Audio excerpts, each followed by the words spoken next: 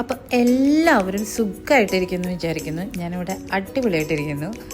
അപ്പോൾ ഇന്നത്തെ റെസിപ്പി നമുക്കൊരു ചെമ്മീൻ ചോറാക്കാം. ചെമ്മീൻ ചോറും ചെമ്മീൻ ബിരിയാണിയും ഒക്കെ നിങ്ങൾ കേട്ടിട്ടുണ്ടായിരിക്കും. സാധാരണ ചോറിട്ടിട്ട് ഉണ്ടാക്കുന്ന ഒരു ചെമ്മീൻ റൈസാണ് കേട്ടോ അത്. ചെമ്മീൻ ആദ്യം തന്നെ മാരിനേറ്റ് ചെയ്ത് കുറച്ചധികം നേരം ഒന്ന് എടുത്ത് വയ്ക്കാം. ഉപ്പും മഞ്ഞൾപ്പൊടിയും മുളക് പൊടിയും പിന്നെ കുറച്ച് കുരുമുളക് പൊടിയും മാത്രമേ ഇട്ടിട്ടുള്ളൂ കേട്ടോ ഞാനിതിനകത്ത്. അത് നല്ല വെളിച്ചെണ്ണയിൽ തന്നെ വേണം ഫ്രൈ ചെയ്തെടുക്കാൻ. ഒരു ഷാലോ ഫ്രൈ ചെയ്ത് കഴിഞ്ഞ് കഴിഞ്ഞാൽ ആ ചെമ്മീൻ അതെല്ലാം ഒന്ന് മാറ്റി വയ്ക്കാം. എന്നിട്ട് അതേ വെളിച്ചെണ്ണയിലോട്ട് തന്നെ നമ്മൾ സവാള കട്ട് ചെയ്ത് വെച്ചതിട്ട് നന്നായി ഒന്ന് വഴറ്റി കൊടുക്കാം. സവാള കുറച്ച് നേരം വഴന്ന് വരുമ്പോൾ നമുക്ക് കട്ട് ചെയ്ത് വെച്ചിരിക്കുന്ന തക്കാളി ആഡ് ചെയ്യണം. പിന്നെ ജിഞ്ചർ ഗാർലിക് പേസ്റ്റും ആഡ് ചെയ്യണം. അതിൻ്റെ പച്ചമണം മാറുന്നവരേക്കും, അതായത് ഈ ജിഞ്ചർ ഗാർലിക് പേസ്റ്റിൻ്റെ പച്ചമണം മാറുന്നവരേക്കും ഒന്ന് വഴറ്റി കൊടുക്കാം. ഇതിനകത്ത് കുറച്ച് മല്ലിപ്പൊടി, കുറച്ച് മുളക് പൊടിയും പിന്നെ കുറച്ച് മഞ്ഞൾപ്പൊടിയും കൂടെ ചേർത്തിട്ടുണ്ടായിരുന്നു.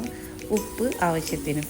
ഓക്കെ, ഇത്രയൊക്കെ ആയിക്കഴിഞ്ഞ് കഴിഞ്ഞാൽ പാൻ ഒന്ന് അടച്ച് വെച്ച് ഒരു 10 മിനിറ്റ് ഒന്ന് കുക്ക് ചെയ്തെടുക്കുക. വെള്ളം ഇതിനകത്ത് ആഡ് ചെയ്യണ്ട കേട്ടോ, നമുക്ക് ചെമ്മീൻ തന്നെ വെള്ളം ഇറങ്ങി വരും.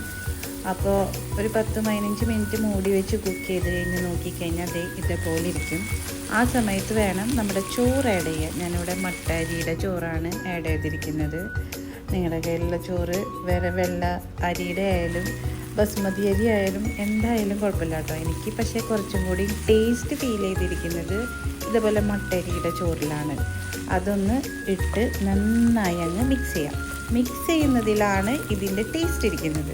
നന്നായിട്ട് മിക്സ് ചെയ്ത് കൊടുക്കണം കേട്ടോ, അത് ചോറിൻ്റെ എല്ലായിടത്തും ഒന്ന് പിടിച്ച് കിട്ടണം. അപ്പോൾ ഇത്രയേ ഉള്ളൂ. നമ്മുടെ ചെമ്മീൻ ചോറ് റെഡിയാക്കി എടുക്കാൻ വളരെ ഈസിയാണ്. അപ്പോൾ എല്ലാവരും ഒന്ന് ട്രൈ ചെയ്ത് നോക്കിയിട്ട് അഭിപ്രായങ്ങൾ അറിയിക്കുക. പിന്നെ വീഡിയോ ഇഷ്ടപ്പെട്ടെങ്കിൽ ലൈക്ക് ചെയ്യാൻ മറക്കല്ലേ. പിന്നെ അവസാനം നിങ്ങൾക്ക് ഈ മല്ലിയില വേണമെങ്കിൽ ഇടാം.